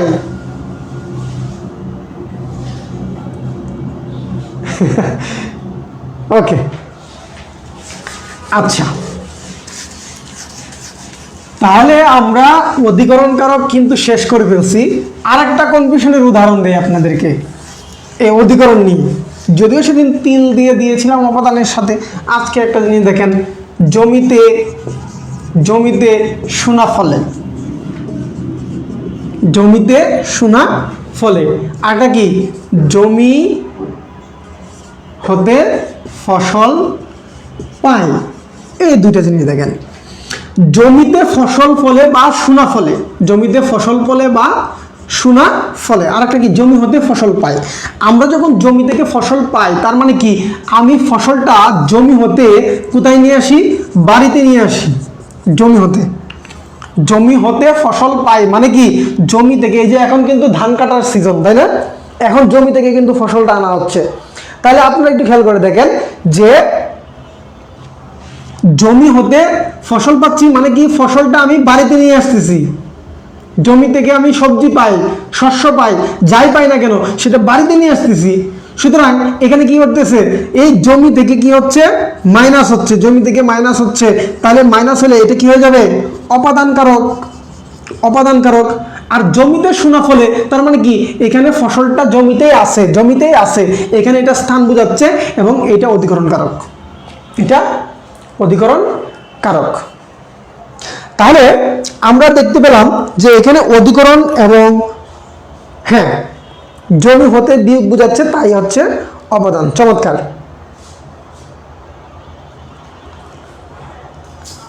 আচ্ছা, রংপুর থেকে যুক্ত হয়েছেন, চমৎকার, ওয়ালাইকুম আসসালাম। আজকে অনেকজন নতুন যুক্ত হয়েছেন, ধন্যবাদ আপনাদেরকে এবং বাংলা নিকেতনে স্বাগত। নিয়মিত বাংলা নিকেতনের সাথে থাকবেন এবং বিভিন্ন জেলা থেকে যুক্ত হয়েছেন আপনারা, সবাইকে অনেক বেশি ধন্যবাদ জানাচ্ছি। দেখুন, আমরা অধিকরণের আরেকটা ঝামেলার বিষয় দেখি।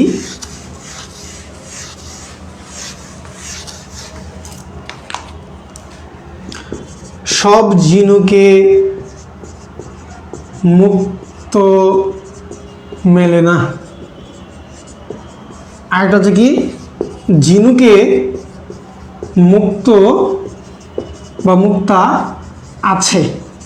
দেখেন তো, সব ঝিনুকে মুক্ত মেলে না। মিললে আমরা কি করব? ঝিনুকে যদি মুক্তা মেলে তাহলে মুক্তাটা আমরা নিয়ে আসবো, তাই না? মুক্তাটা আমরা নিয়ে আসবো। তাহলে এই ঝিনুকে আর এই ঝিনুকে মুক্তা আছে, এই দুটোর মধ্যে পার্থক্য কি? দুইটা বাক্যের সেন্সের মধ্যে পার্থক্য, অর্থের মধ্যে পার্থক্য, তাই না? ভোলা থেকে যুক্ত আছেন, চমৎকার, বিভিন্ন জেলা থেকে যুক্ত আছেন আপনারা, ধন্যবাদ আপনাদেরকে। হ্যাঁ, সব ঝিনুকে মুক্তা মেলে না, এটা হচ্ছে কি অপাদান। আর 2 নম্বরটা হচ্ছে অধিকরণ, 2 নম্বরটা অধিকরণ। আপনাদের এখন হয়তো আপনাদের তো সবার ডিজিটাল বোর্ডে ক্লাস করে অভ্যস্ত, এরকম বোর্ডে ক্লাস করে অভ্যস্ত না আপনারা।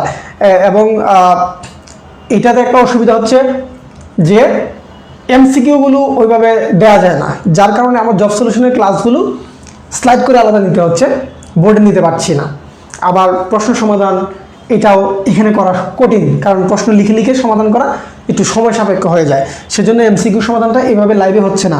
তবে আমরা কিন্তু লাইভ মডেল টেস্ট নিব খুব শীঘ্রই, যেমন কারকটা যখন শেষ হবে, কারক থেকে যে প্রশ্নগুলো নিব, এই প্রশ্নগুলো আমি আপনাদেরকে আগেই বলে দেব কখন নিব, তখন আমি স্লাইড করে সেটা আমি লাইভে আপনাদের মাধ্যমে সমাধান নেব এবং আমি সমাধান করে দেব। তাহলে এখানে এই জিনিসটা হচ্ছে কি, মুক্তা পাইলে আমরা নিয়ে আসতাম মাইনাস, সুতরাং এটা হচ্ছে অপাদান, অপাদান। আর ঝিনুকে মুক্তা আছে, এখন মুক্তাটা ওখানেই আছে, যেমন তিলে তেল আছে, তাই না, তিলে তেল আছে, একই জিনিস, তিলে তেল আছে। তাহলে তিলে যে তেল আছে আর ঝিনুকে মুক্তা আছে, একই জিনিস, দুইটাই হবে কি অধিকরণ কারক, দুইটাই অধিকরণ হবে।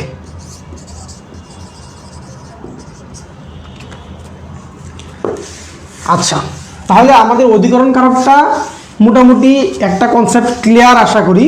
অধিকরণ কারক নিয়ে আপনাদের জানলা থাকার কথা না। আমরা নতুন যে কারকটা যুক্ত হয়েছে আমাদের, সেটা আমরা একটু দেখি। সেটা হচ্ছে কি সম্বন্ধ কারক। এখন আসেন আমি আগে শব্দ দুইটা লিখি, একটা হচ্ছে সম্বন্ধ আর একটা হচ্ছে সম্বোধন। দুটির মধ্যে পার্থক্য কি, দুটি শব্দের মধ্যে পার্থক্য কি, পার্থক্য বুঝতে হবে আমাদের। জব সলিউশন, হ্যাঁ আপনারা সবাই বড় লোক। আচ্ছা আচ্ছা, এই যে সব কি বলে এটাকে, জব সলিউশন ফ্রি ক্লাস দেওয়া যায় কিনা? জব সলিউশনের 3টা ক্লাস ফ্রি দিয়েছিলাম, জব সলিউশনের 3টা ক্লাস ফ্রি দিয়েছিলাম, বাকি ক্লাসগুলো পেইড বেসে নিচ্ছি। ওইগুলো আমার ব্যাচ রানিং আছে, অলরেডি আমার 4টা ক্লাস হয়ে গেছে, গতকালকে 4টা ক্লাস হয়েছে, শনিবারে আরেকটা ক্লাস আছে। তো ফ্রি ক্লাসগুলো দেওয়া হয়ে গেছে, আপনারা গ্রুপে গেলে ফ্রি ক্লাসগুলো পেয়ে যাবেন। জব সলিউশনের বাংলা জব সলিউশনের ফ্রি ক্লাস 3টা গ্রুপে দেখবেন যে ইউটিউবে লিঙ্ক দেওয়া আছে, রেকর্ড দেওয়া আছে, সেখান থেকে আপনারা নিয়ে নেবেন গ্রুপ থেকে। আচ্ছা দেখেন, সম্বন্ধ মানে কি সম্পর্ক, সম্বন্ধ মানে কি সম্পর্ক। আর সম্বোধন মানে কি, সম্বোধন মানে হচ্ছে আহ্বান, ডাকা, তাই না? যেমন সম্পর্কটা কি, সম্পর্ক হচ্ছে যেমন ধরেন রহিমের ভাই করিম, আর আহ্বান কি, ধরেন রহিম বাজারে যাও, আমি রহিমকে নাম ধরে ডাক দিলাম, ডাক দিয়ে কি বললাম, বললাম যে রহিম বাজারে যাও। এই যে দেখেন সম্বোধন পদ, সম্বোধন পদের পরে কমা বসে, এটা কিন্তু একটা গুরুত্বপূর্ণ প্রশ্ন। সম্বোধন পদের পরে কমা বসে, হ্যাঁ, যেমন ধরেন মা তুমি কোথায়, এই যে মা সম্বোধন করলাম, ঠিক আছে, আহ্বান করলাম, ডাক দিলাম, মা তুমি কোথায়, এখানে মায়ের পরে একটা কমা ব্যবহার করতে হইল। তবে পূর্বে সম্বোধন পদের পরে, এর আগে, মানে আমাদের যে নতুন যে ব্যাকরণ নিয়ম হয়েছে, এর আগে সম্বোধন পদের পরে বিরাম চিহ্ন হিসেবে বসতো এইটা, আশ্চর্যবোধক চিহ্ন বসতো, যেমন রহিম দিয়ে একটা আশ্চর্যবোধক চিহ্ন। এই জন্য দেখবেন রবীন্দ্রনাথ এবং নজরুলের তাদের যে সম্বোধনটা আছে কোনো কবিতায় বা কোনো গল্প বা প্রবন্ধে, সেখানে দেখবেন এই চিহ্ন দেওয়া, বিস্ময়বোধক চিহ্ন দেওয়া। আচ্ছা, আমার জব সলিউশন ব্যাচ যেটা আছে, এটার ফি হচ্ছে না, জব সলিউশন ব্যাচের ফি 210 টাকা না, জব সলিউশনের ফি হচ্ছে 510 টাকা জব সলিউশন ব্যাচ যেটা। আর এক্সাম ব্যাচ যেটা, এটা হচ্ছে 210 টাকা। এক্সাম ব্যাচটা শুধু বাংলা না, এক্সাম ব্যাচটা হচ্ছে আপনার বাংলা, ইংরেজি, সাধারণ জ্ঞান, গণিত সহ 35টা পরীক্ষা। অলরেডি আমার আজকে 6 নম্বর পরীক্ষা হবে আজকে, এটা 210 টাকা। আর job solution, Bangla job solution course যেটা বিসিএস নিবন্ধন প্রাইমারি প্রশ্ন সমাধান করছি, প্রতিদিন 80টা করে প্রশ্ন নিচ্ছি, সেটা হচ্ছে 510 টাকা। আচ্ছা, তাহলে সম্বন্ধ হচ্ছে সম্পর্ক, সম্বোধন হচ্ছে কি আহ্বান, এইটা হচ্ছে সম্বোধন পদ, আর এই সম্বন্ধটা হচ্ছে কি কারক। এবং এখানে দেখেন কোনো ক্রিয়া নাই, কি নাই? ক্রিয়া নাই। আর এখানে কি আছে? ক্রিয়া আছে, ক্রিয়াপদ আছে। এখানে ক্রিয়াপদ আছে আর এখানে ক্রিয়াপদ নাই। তাহলে দেখেন এই রহিমে বাই করিম, এখানে কি বোঝাচ্ছে? সম্পর্ক, সহোদর, সহোদর বোঝাচ্ছে। এরকম এখন প্রশ্নগুলো কিভাবে আসবে? সম্বন্ধ কারক থেকে। সম্বন্ধ কারক থেকে প্রশ্ন আসবে কোনটা অধিকার বোঝায়, কোনটা কোনটা অধিকার বোঝায়, তারপরে হচ্ছে কোনটা 5 দিন আগে বলে ভর্তি হতে পারতেন। আচ্ছা, আমি আমার ব্যাচটা শুরু করেছি হচ্ছে 22 তারিখ থেকে, তারপর 22 তারিখ, এর আগে আমি মোটামুটি 20 তারিখ থেকে আমি অসুস্থ। 20 তারিখ থেকে অসুস্থ থাকার কারণে আমি আমার আর কোনো প্রচারণাই করতে পারি নাই। আমি গ্রুপে, পেজে বা লাইভ ক্লাস কোনোভাবে প্রচারণা করতে পারি নাই। আমি ক্লাস শুরু করে দিয়েছি এবং ক্লাস শুরু করার পরে আর কোনো প্রচারণাই করি নাই আমার ব্যাচের আর কি, মানে খুব কম প্রচারণা করেছি। তবে প্রথম ব্যাচ হিসেবে যারা যুক্ত হয়েছেন তাদের প্রতি তো অবশ্যই কৃতজ্ঞ, আমার প্রথম ব্যাচ, এই প্রথম ব্যাচে। এবং যারা যুক্ত হতে পারেননি, পরবর্তীতে আমার কোনো ব্যাচ আসলে সেখানে আপনারা অবশ্যই যুক্ত হবেন এবং খুব শীঘ্রই ব্যাচ আসবে, আমার নতুন ব্যাচ দেব। এবং আমার টার্গেট আছে যে আপনাদের জন্য এই 10 থেকে 20তম গ্রেডে যে রিটেন পরীক্ষাগুলো হয়, সরাসরি রিটেন পরীক্ষা হয়, যেগুলোতে প্রিলি হয় না, সেই রিটেন পরীক্ষায় আপনার বাংলা লিখিত অংশ এটা আমি প্ল্যান আছে আমার, এটা খুব কম ক্লাসেই হয়ে যাবে, 10-12টা ক্লাসেই কিন্তু বাংলা লিখিত অংশ আপনাদের কমপ্লিট করা যাবে। তারপর হচ্ছে নিবন্ধনের একটা রিটেন ব্যাচ, নিবন্ধনের স্কুল 2 আর একটা হচ্ছে স্কুল বাংলা স্কুল, আর হচ্ছে স্কুল 2, এই 2টা রিটেন ব্যাচ আমার পরিকল্পনা আছে। আর একটা হচ্ছে Bangla full course, total Bangla full course, Bangla 20 থেকে 25টা ক্লাসে বাংলা একটা ফুল কোর্স থাকবে। একটা লিখিত ক্লাস থাকবে হচ্ছে 10 থেকে 20তম গ্রেডের, আর একটা থাকবে হচ্ছে নিবন্ধনের রিটেন। এগুলো আমি দেবো। এই 10 থেকে 20তমটা কেন দেবো? কারণ হচ্ছে এইটা আমরা অনেকেই কিছু বিষয় থেকে সরে যাই বা কিছু বিষয় আমরা অনেক সময় ভুলে যাই। যেমন ধরেন 10 থেকে 20তম গ্রেডের লিখিত পরীক্ষায় কি কি আসে? একটা বাক সম্প্রসারণ আসতে পারে, বাগধারা আসতে পারে, সমাস নির্ণয় আসতে পারে, কারক আসতে পারে, সন্ধি নির্ণয় আসতে পারে, বিপরীত শব্দ, সমার্থক শব্দ লিখতে হয়। তারপরে হচ্ছে এখানে একটা রচনা আসতে পারে, ছোট অনুচ্ছেদ আসতে পারে, একটা ইমেল লিখতে বলতে পারে, একটা প্রতিবেদন আসতে পারে, তারপর হচ্ছে একটা দরখাস্ত আসতে পারে। সেখানে দরখাস্তের বিভিন্ন প্রকার আছে, যেমন একটা আপনার ছুটির আবেদন আছে, তারপর হচ্ছে আপনার আপনার এরিয়ায় নলকূপ দরকার, এই ধরনের আবেদন আছে। তারপর হচ্ছে আপনার ধরেন পত্রিকায় প্রকাশের উপযোগী একটা চিঠি লিখতে বলতে পারে। তো এই ধরনের বিভিন্ন প্রকার আছে আবেদনের। তো এই প্রকারগুলো, একটা সারাংশ কীভাবে লিখতে হয়, একটা বাক সম্প্রসারণ কীভাবে লিখতে হয়, এই বিষয়গুলোর উপর একেবারে স্বল্প মূল্যে আমি 10 থেকে 12টা ক্লাসের একটা কোর্স সাজাবো। এটা 10 থেকে 20তম গ্রেডের। কারণ আপনারা 10 থেকে 20তম গ্রেডে যে পরীক্ষাগুলো দিতে যান, অনেকগুলো পরীক্ষাতেই রিটেন প্রশ্ন হয় এবং সেখানে বাংলায় খুবই ভালো একটা নাম্বার থাকে। এবং বাংলা যে পরীক্ষায় প্রশ্নগুলো আসে, সেগুলো আমরা যদি শুধু ফরম্যাটগুলো জানতে পারি, অনেক সময় আমরা একটা প্রতিবেদনের ফরম্যাট না জানার কারণে প্রতিবেদন আসলেও লিখতে পারি না, একটা অনুচ্ছেদ কীভাবে লিখতে হয় সেটা লিখতে পারি না, আবেদনটা আমরা ভুলে যাই, লিখতে পারি না। আবার অনেক সময় দেখেন যে ধরেন আপনি কোনো একটা আর্থিক প্রতিষ্ঠানের জন্য পরীক্ষা দিতে গেছেন, তখন আপনাকে বললো যে ওখানে প্রশ্নটা আসলে এরকম যে আপনি একটা ব্যাংক থেকে কীভাবে ঋণ নেবেন, ঋণ নেওয়ার জন্য আবেদন লিখেন। এই আবেদন আমি জীবনেও লিখি নাই, সুতরাং আমি এটা ফরম্যাটটা ভুলে যাই, পারি না। তো এই ধরনের বিষয়গুলো আমি গুছিয়ে আপনাদের জন্য একটা রিটেন ব্যাচ দেব। এটা হচ্ছে 10 থেকে 20তম গ্রেডের রিটেন ব্যাচ আর কি। আর বাংলা ফুল কোর্স, গ্রামারের উপর একটা ফুল কোর্স থাকবে, সেটা আমরাও খুব শীঘ্রই গুছিয়ে ফেলবো। আমি সব কিছু পরিকল্পনা করে সাজিয়ে আপনাদেরকে শেয়ার করবো আর কি। আচ্ছা, না, আমার আলাদা কোনো জব সলিউশন বই নাই। হ্যাঁ, আমার আলাদা কোনো জব সলিউশন বই নাই। আপনারা যে কোনো জব সলিউশন থেকে প্রশ্নগুলো পেয়ে যাবেন, আর আমি তো হচ্ছে প্রশ্নের পিডিএফগুলো আপনাদেরকে দিয়ে দিচ্ছি। আচ্ছা, দেখেন যেটা বলছিলাম, প্রশ্ন কিভাবে আসবে, দুটোর পার্থক্য তো বুঝাতে পেরেছি। দুটোর পার্থক্য যদি বুঝে থাকেন, তাহলে দেখেন সম্বন্ধ কারক থেকে প্রশ্ন কিভাবে আসবে। যেমন ধরেন বললাম কি, রাজার রাজ্য, রাজার রাজ্য। আপনারা দেখুন তো, এই রাজার রাজ্য, এখানে কি ক্রিয়া আছে? এখানে ক্রিয়া নাই। তাহলে রাজার রাজ্য, এখানে মনে রাখবেন সম্বন্ধ কারকে সবসময় ষষ্ঠী বিভক্তিটা ব্যবহৃত হয়। কোন বিভক্তি? ষষ্ঠী। এটা কিন্তু একটা প্রশ্ন পরীক্ষা আসছে। সম্বন্ধ কারকে কোন বিভক্তি যুক্ত হয়? ষষ্ঠী বিভক্তি যুক্ত হয় সম্বন্ধ কারকে। তাহলে সম্বন্ধ কারকে ষষ্ঠী বিভক্তি যুক্ত হয়, কিন্তু ক্রিয়া নাই। এই যে রাজার রাজ্য, এখানে কোনো ক্রিয়া নাই। এটা কি অর্থে ব্যবহৃত হয়েছে আপনারা একটু আইডিয়া করে বলুন তো। রাজার রাজ্য বলতে এটা কোন অর্থ প্রকাশ পাচ্ছে? রাজার রাজ্য মানে কি? মালিকানা, মালিকানা। তাহলে এখানে মালিকানা অর্থে ব্যবহৃত হয়েছে সম্বন্ধ কারকটা। রাজার রাজ্য, এখানে রাজার এবং রাজ্যের মধ্যে সম্পর্কটা কি? মালিকানার সম্পর্ক, মালিকানার সম্পর্ক। রহিমে বাই করিম, এখানে একজন আরেকজনের সাথে আত্মীয়তার সম্পর্ক।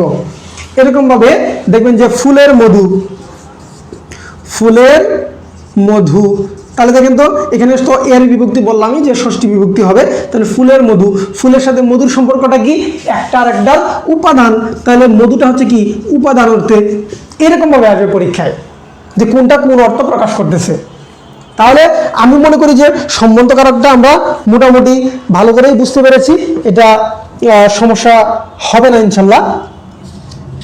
হ্যাঁ, রাজার সাথে রাজ্যের সম্পর্কটা কি? মালিকানা। রাজার সাথে রাজ্যের সম্পর্কটা কি? মালিকানা। আচ্ছা, আরেকটা বিষয় দেখেন। ধরেন আমি বললাম কি,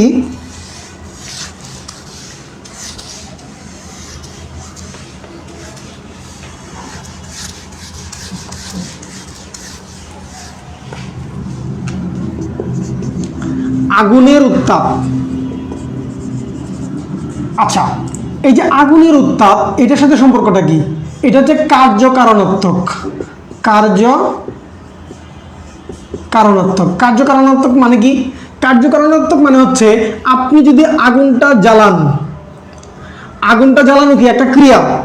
এই ক্রিয়াটার ফলাফল কি? উত্তাপ। আগুন জ্বললেই তো উত্তাপ হয়, সুতরাং এটা হচ্ছে কার্যকারণাত্মক। এরকম ভাবে ধরেন আমি যদি বলি রুগীর কষ্ট। আচ্ছা, রুগীর কষ্ট অথবা রোগের কষ্ট, কারো রোগ হইলে কষ্ট লাগে, তাই না? কেউ যদি রুগী হয় তাহলে তারও কষ্ট হয়। তাহলে রোগের কষ্টটা কি? আমার যখন কি হয়, রোগ হয়, তখন ধরেন ব্যথা হচ্ছে, আমি প্রচন্ড ব্যথা পাচ্ছি, তাহলে এটা কি হলো? কার্যকারণাত্মক। রোগটা হয়েছে বলেই আমি কষ্ট পাচ্ছি, রোগীর রোগ হয়েছে বলেই সে কষ্ট পাচ্ছে। তাহলে এগুলো হচ্ছে কি? কার্যকারণাত্মক হয়, এগুলোকে কার্যকারণাত্মক বলে। দেখেন তো কোনো ঝামেলা আছে কিনা? আচ্ছা, তাহলে সম্বন্ধ কারক থেকে লাস্ট আরেকটা উদাহরণ দিয়ে শেষ করি আমরা। উদাহরণটা একটু আপনাদের দিয়ে দিই নাকি? রূপের দেমাক মানে কি? রূপের দেমাক মানে সৌন্দর্যের অহংকার আর কি। এরকম ধরেন সম্পদের অহংকার, সম্পদের অহংকার, এগুলো কোন অর্থ প্রকাশ করে বলুন তো? কেউ সুন্দর, সে এটার অহংকার দেখাচ্ছে। কারো কেউ বেশি সম্পদশালী, সে এটার অহংকার দেখাচ্ছে। এগুলো কিন্তু সব সম্বন্ধ কারক। হ্যাঁ, এখানে অহংকারের সাথে সম্পর্কে টাকার সম্পদের, দেমাকের সাথে সম্পর্ক টাকার রূপের। তাহলে এটা যদি সম্বোধন কারক হয়, এটা কোন অর্থ প্রকাশ করে বলুন তো? কারণ। এটা কারণ অর্থ প্রকাশ করে। কারণ কেন? কারণ সম্পদ আছে বলেই সে অহংকারী, রূপ আছে বলেই সে দেমাকি।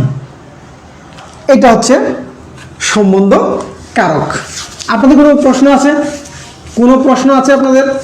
আপনাদের যদি কোনো প্রশ্ন না থাকে তাহলে আমরা ক্লাসটি শেষ করে দেব, এবং আমাদের এরই মধ্যে দিয়ে কারকের 3টা পর্বে কারক মোটামুটি শেষ।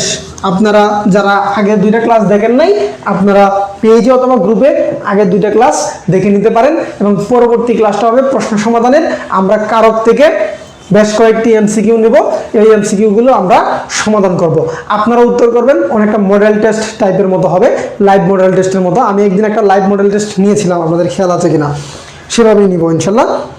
তাহলে সবাই একটু লাইভটা শেয়ার করে দিবেন যারা অন্যদের সাথে শেয়ার করতে চান। আজকে অনেকেই মেনশন করেছেন, অনেকজনকে আপনাদেরকে ধন্যবাদ জানাচ্ছি। এবং আমার গ্রুপে খুব শীঘ্রই 1000 মেম্বার হয়ে যাচ্ছে, আর পেজটা মোটামুটি এখন রিচ হচ্ছে ভালোই।